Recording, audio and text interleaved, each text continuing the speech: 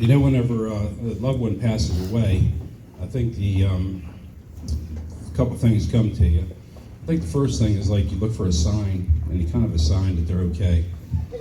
And the Tuesday after my father passed away, I came home and my daughter Shannon was out by our little burn pit, and she said, she goes, "Dad," she goes, "I was sitting here and I felt a hand rest on my shoulder." And I thought that was very sweet. She really thought that was something special from her grandfather. So the next morning, I get up, and Wednesday morning, get up right at the crack of the sun coming up over the sky, and a beautiful morning, clouds were set just right. So I decided to look up at the sky, and I closed my eyes, had my hands out, and I said, "Dad, can you please give me a sign that you're okay?"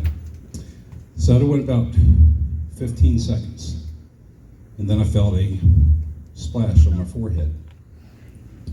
So I opened my eyes up, and I wiped it off. I looked at it, and it was bird crap. A bird had crapped on my head. It was at that time that I knew my dad was doing okay, because he loved practical jokes. It was also at that time that I was really thankful that cows can't fly. Another thing that comes to you, you get flooded with memories. A lot of memories, a lot of good memories, but mostly with my dad, it was funny memories. He was a really funny guy. And one thing that came to mind, how proud he was of his flatulence. He was a very gassy man. He was so proud, in fact, that when we were younger, we never knew the word passing wind or fart. He had a special name for it, and I'll spell it for you. It's Pizzle, pizzle. Has anybody else ever heard pizzle? Kim, remember? Craig, brothers and sisters. So he had his own name for it, and he was proud. He would actually sit there and he'd go, "I pizzled," and he was happy about it and proud. And the longer and the louder they were, the prouder he became. It's crazy. I remember one time, just thinking about it, and he let one go for like 10 seconds, and the only thing I could think of he did afterwards was a victory lap. I'm not going to go 10 seconds of. When he got done, he sat there and he goes, walking around. He stops, he goes, "That was my pizzle."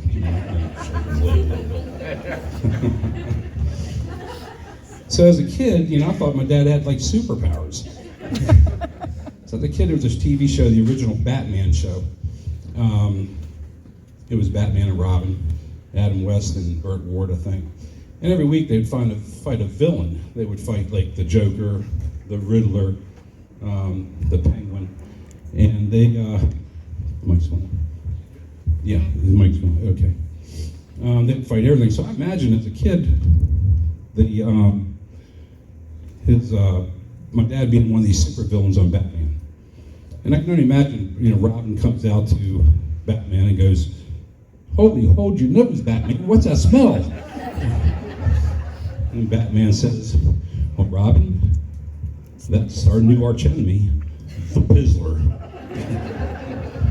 And I see Dad robbing a bank, walking through, gassing everybody, people choking out. Batman and Robin burst into the bank with air freshener, fighting them back. And every week the villain would escape. So he escaped by flying out the window with a powerful burst of gas from his almighty anus. And say, "Till next time, Batman." Then as a kid, I was in 3rd grade Mrs. Beardsley class. So I remember my dad, how proud he was. So I was in the back room, and he had a gas main, so I just kind of let it go. And all the kids started giggling and laughing, and Mrs. Beardsley stopped the class and said, "Children, what's so funny?" So I stood up and I went, I pizzled. You know, because my testicles hadn't dropped yet, and my voice was still. And she looked at me and says, Jack, what in the world is a pizzle?